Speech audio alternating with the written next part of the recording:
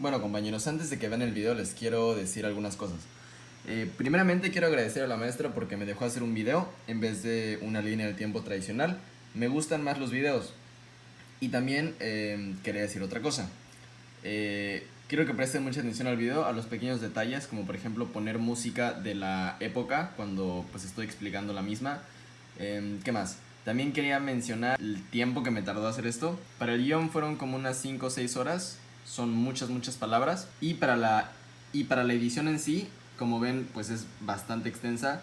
Me tardé como unas 8 o 9 horas haciendo la edición solamente. Entonces espero que pues les guste mi video.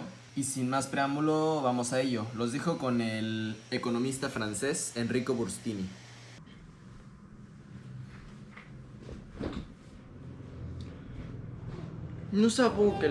Sabemos que la economía es la ciencia que estudia los recursos, la creación de la riqueza y la producción, distribución y consumo de bienes y servicios para satisfacer las necesidades del ser humano. Pero algo que la mayoría de la gente no tiene muy claro es cuáles son los diferentes puntos de vista de las escuelas que han aparecido a lo largo de la historia. Veremos a detalle cada una de ellas. Para esto tenemos que retroceder en el tiempo. El primer pensamiento económico que surgió fue el que propusieron los griegos. Uno de los principales exponentes era Aristóteles, que decía que la propiedad privada se cuidaba mejor que la pública, por lo tanto era mejor. También decía que el dinero tenía 3 usos principales: medio de cambio, unidad de cuenta y reserva de valor. El dinero es estéril, por ende no puede generar dinero.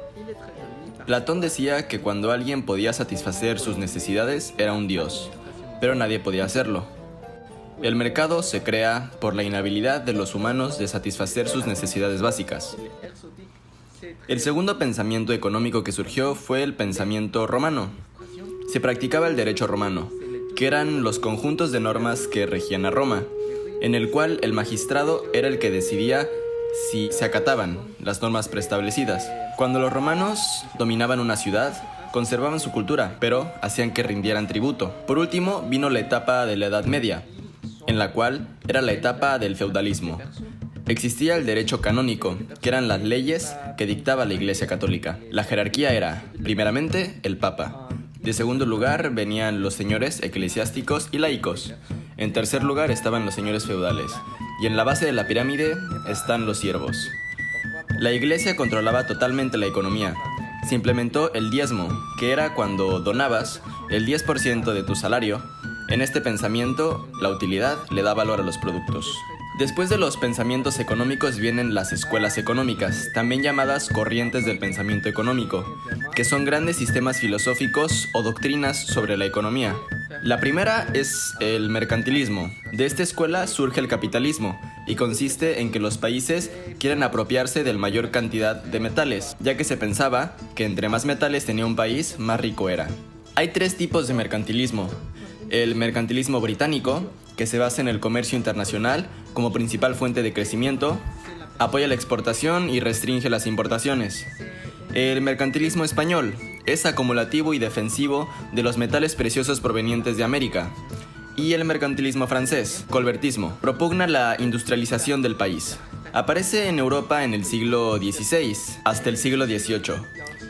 Las ideas principales que sustentaban esta corriente eran 3. La acumulación de la riqueza es esencial para el desarrollo económico de un país. La segunda decía que a mayor acumulación de riqueza, mayor prosperidad y poder político tenía un país. Y la tercera, se debe vender más de lo que se compra. Está muy bien la teoría, pero en sí, ¿cómo se logra el mercantilismo en la práctica?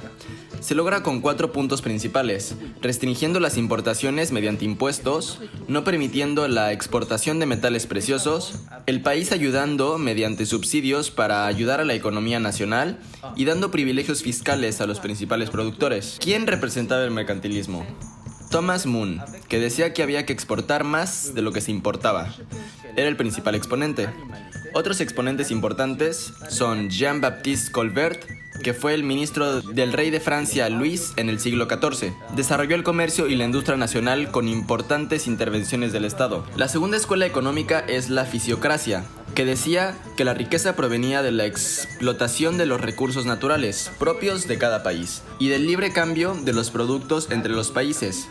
Fisiocracia significa dominio de la naturaleza. La naturaleza en general y la agricultura en particular son las fuentes fundamentales de la riqueza. Se originó en Francia en el siglo XVIII y surgió como una reacción ante las políticas restrictivas del mercantilismo. El principal exponente de la fisiocracia fue François Quesnay, quien fue un economista francés de profesión médico-cirujano. La fisiocracia explica que entre más obreros haya trabajando en algo, la producción será mayor, pero llegará un punto en el que más obreros no significará una mayor producción, ya que se estarán estorbando y estarán sobrecomplicando una acción que podría ser más fácil. Esta escuela se basa en 4 principios principales. El primero es que se le da la libertad para encontrar el camino más ventajoso a las personas. El segundo principio importante es que hay seguridad en el disfrute de la propiedad privada y libertad. El tercero es laisser-faire, laisser-passer, que traducido literalmente del francés es dejen hacer, dejen pasar. Por último, es el principio de que solo la agricultura puede crear valor. La siguiente corriente del pensamiento económico era una escuela capitalista donde no se acumulaba el dinero, sino que se gastaba. La escuela clásica. En esta, había una mano invisible que controlaba el proceso de oferta y demanda. Es considerada la primera escuela moderna de economía. En esta, el trabajo era igual a la riqueza. El valor de un objeto era dado por el trabajo. Adam Smith era una de las personas que más ha influenciado en la economía, de maneras significativas. Nació en 1723, Reino Unido. Fue un economista y filósofo considerado el padre de la economía moderna. Él, en sus teorías, combina historia, filosofía, desarrollo económico, psicología y hasta la ética. También es considerado uno de los mayores exponentes de la economía clásica. En 1870 surgió una nueva escuela, la escuela neoclásica, también conocida como el pensamiento económico marginalista. A diferencia de la clásica, se centraba en el trabajo y la neoclásica en base a utilidades de una unidad adicional. La utilidad marginal dice que entre más cantidad de una utilidad, menos útil es, ya que no hay tanta necesidad de la misma. La gráfica que se utiliza es una pendiente negativa que muestra cómo es la relación entre cantidad en el eje de las X y utilidad en el eje de las Y. Un ejemplo claro de esto es cuando hablamos de las botellas de agua. Cuando una persona tiene solo una botella de agua, la utilidad es máxima, ya que le sirve para sobrevivir. 2 botellas de agua son buenas, pero la nueva ya no es indispensable, como la primera. Cuando ya son 5, pueden llegar a ser contraproducentes, porque se te puede bajar el sodio por tanta agua, y te puedes sentir mal. Esta escuela no era una continuación de las demás escuelas, más bien venía a romper con lo que pensaban las demás. La teoría subjetiva del valor estaba muy apegada con la escuela neoclásica. Esta es la que dice que el valor de un objeto no tiene que ver con los procesos de producción, ni con alguna propiedad inherente a este, sino con la capacidad del mismo de lograr los objetivos o deseos de la persona que lo evalúa. Su fórmula dice que la utilidad más la escasez es igual al valor económico. Su creador fue Alfred Marshall, nacido en 1842. Fue el precursor y el responsable principal de esta teoría. La siguiente escuela es el keynesianismo. Esta escuela se originó en el siglo XX.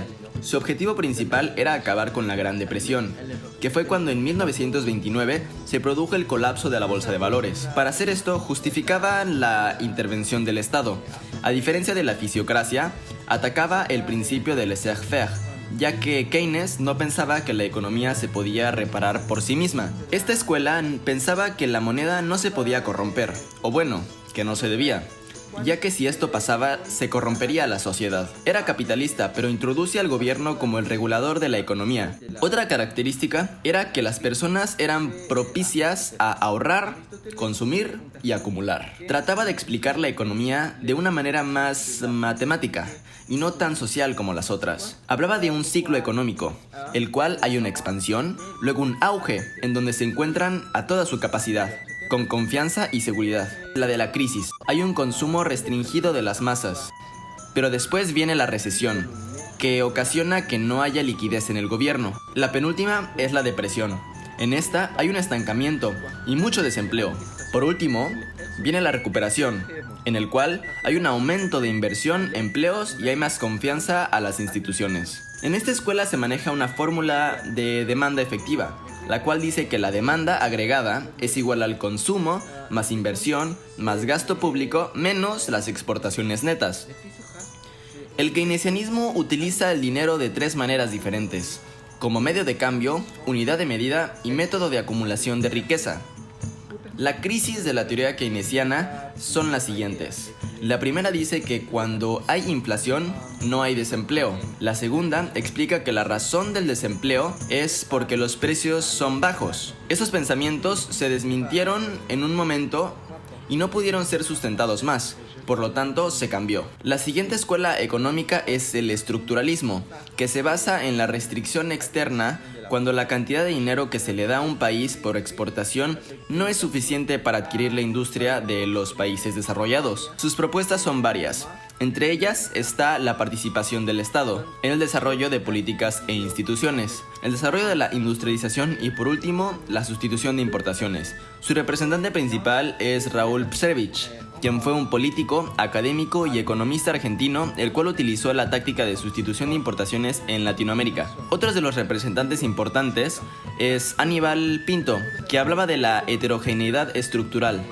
Él hablaba de tres estratos de la estructura productiva: el primitivo, intermedio y el moderno. El estructuralismo también se basa en que los países que están en el norte suelen ser los desarrollados y en el sur los subdesarrollados. Por último, está la escuela neoliberalista, que es una escuela de pensamiento económico y político capitalista, donde se refuerza lo privado sobre lo público y considera la libertad como lo más importante. Su creador es Milton Friedman, quien fue un estadístico, economista e intelectual estadounidense de origen judío, ganador del Premio Nobel de Economía en 1976 y profesor de la Universidad de Chicago. Tiene varias características. La primera es que valora mucho el libre mercado. La segunda es la poca intervención del Estado. La tercera es que hay mucha privatización. La cuarta es que hay una notoria desregulación. La quinta es la alta valoración que le dan a la competencia. La sexta característica es que el progreso que hay se da a través del crecimiento económico. La séptima es que hay una flexibilidad alta en el mercado laboral. Por último, pero no menos importante, es una palabra que define a esta escuela muy bien: el consumismo. Una de las dos consecuencias del neoliberalismo es la globalización, que es un proceso económico, tecnológico, político, social y cultural a escala mundial que consiste en la creciente comunicación e interdependencia entre los distintos países del mundo, uniendo sus mercados sociales y culturales, a través de una serie de transformaciones sociales y políticas que les dan un carácter global. La globalización es a menudo identificada como un proceso dinámico producido principalmente por la sociedad y que ha abierto sus puertas a la revolución informática, llegando a un nivel considerable de liberalización y democratización en su cultura política, en su ordenamiento jurídico y económico nacional, y en sus relaciones nacionales e internacionales. Debido al consumo y a otras circunstancias causadas por el neoliberalismo, se tienen que hacer muchos cambios al modelo tradicional. Uno de los cambios que hay es el del desarrollo sustentable. Se le empezó a dar importancia al medio ambiente cuando los gobiernos del mundo se dieron cuenta que al paso que íbamos no les iba a durar mucho la Tierra y que tenían que hacer algo urgentemente. Como desarrollo sustentable se denomina al concepto que involucra una serie de medidas encaminadas a la administración eficiente, responsable de los recursos naturales por parte del ser humano, para la preservación del equilibrio ecológico. En resumen, es el lograr un desarrollo en la sociedad y permitir que ésta cubra sus necesidades sin comprometer la capacidad de las demás generaciones por venir a que hagan lo mismo. El desarrollo sustentable se basa en tres principios que se deben cumplir si se quiere llegar a la sustentabilidad. El primer principio es importante. Dice que ningún recurso renovable deberá utilizarse a un ritmo superior al de su generación. El segundo principio es que ningún contaminante deberá producirse a un ritmo superior al que pueda ser reciclado, neutralizado o absorbido por el medio ambiente. Por último, está el que dice que ningún recurso no renovable deberá aprovecharse a mayor velocidad de la necesaria para sustituirlo por un recurso renovable utilizado de manera sostenible. Los principales exponentes del desarrollo sustentable son Amory Block-Lovins, que es un físico, director y jefe de científicos del Mocky Mountain Institute. Y del otro lado tenemos a Jeremy Rifkin, que es un economista y presidente de la Foundation on Economic Trends de Washington, D.C. autor de los libros Entropía, Hacia el mundo invernadero, Las guerras del tiempo, El siglo de la biotecnología y El sueño europeo. Estas son las escuelas económicas y los pensamientos económicos que han estado a través de la historia. En este momento estamos en un punto de auge. Tendremos que esperar a ver qué nos depara el futuro. Gracias. Y sin más preámbulo, vamos a ello. Los dejo con el economista francés Enrico Burstini.